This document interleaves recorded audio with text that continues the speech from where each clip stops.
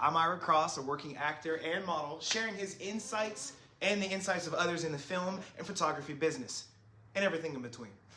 Today I'm going to talk about the timeline of booking. So many people talked about this and had this question.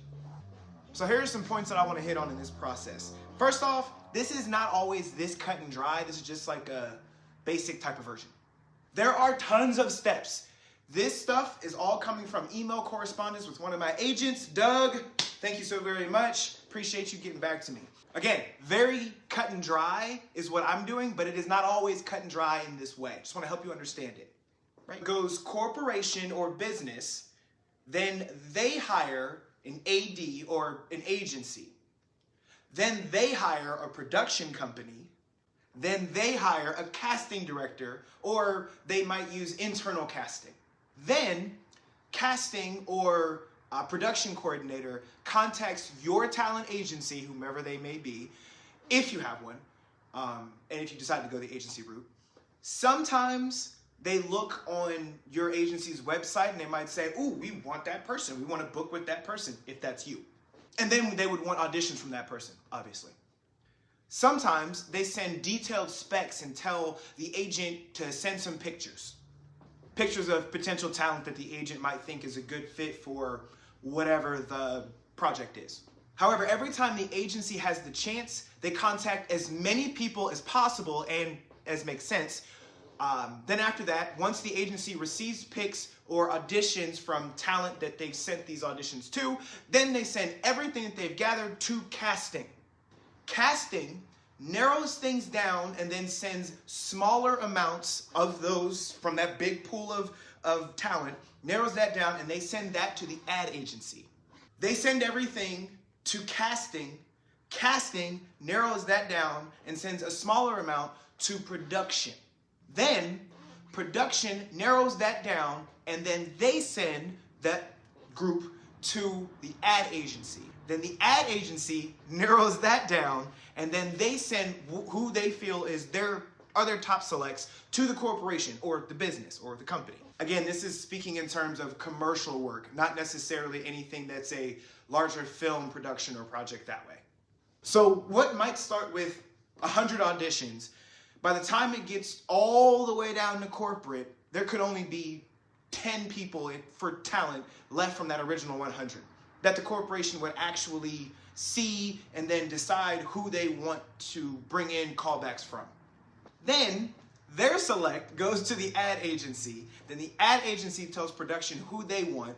Then production tells casting who should do a callback. And then the whole process might start over again, depending on what is going on in the situation. Or it might not. Again, like I said, a lot of moving parts, a lot of different things that could happen. And this is me giving you the cut and dry, but there really isn't a cut and dry. Situational. So the next step, the agency always tries to get as many contacts at the actual end client to cut out as many steps as possible. And they want to make sure that the talent, is seen by whoever has the authority to actually decide and book the talent to make it easier for everybody in terms of selecting talent.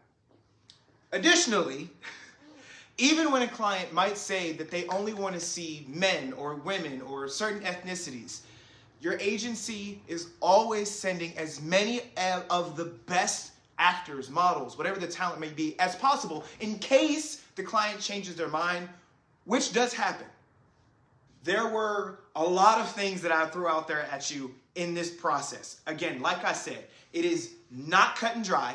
I had this conversation with one of my agents. He loved the idea, loved the thought process, and was happy to share.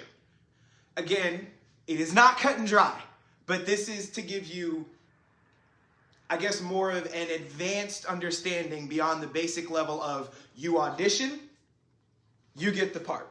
Right? There's a lot of steps in between there. And some people wonder, why does it take so long for them to get back to me? There could be so many things that you don't even know are happening. So in the process of auditioning and booking, be patient, be understanding. Another thing that I will say, and this is a personal opinion from me. This is what I'm saying. If you audition for something and you get so excited about it, awesome. However, And I've had a conversation with another great friend of mine about this, and she totally agrees. Audition for it, put all your energy into it, put your heart, whatever it is that you need to do to make it the best audition you can make it for that specific project. Do it.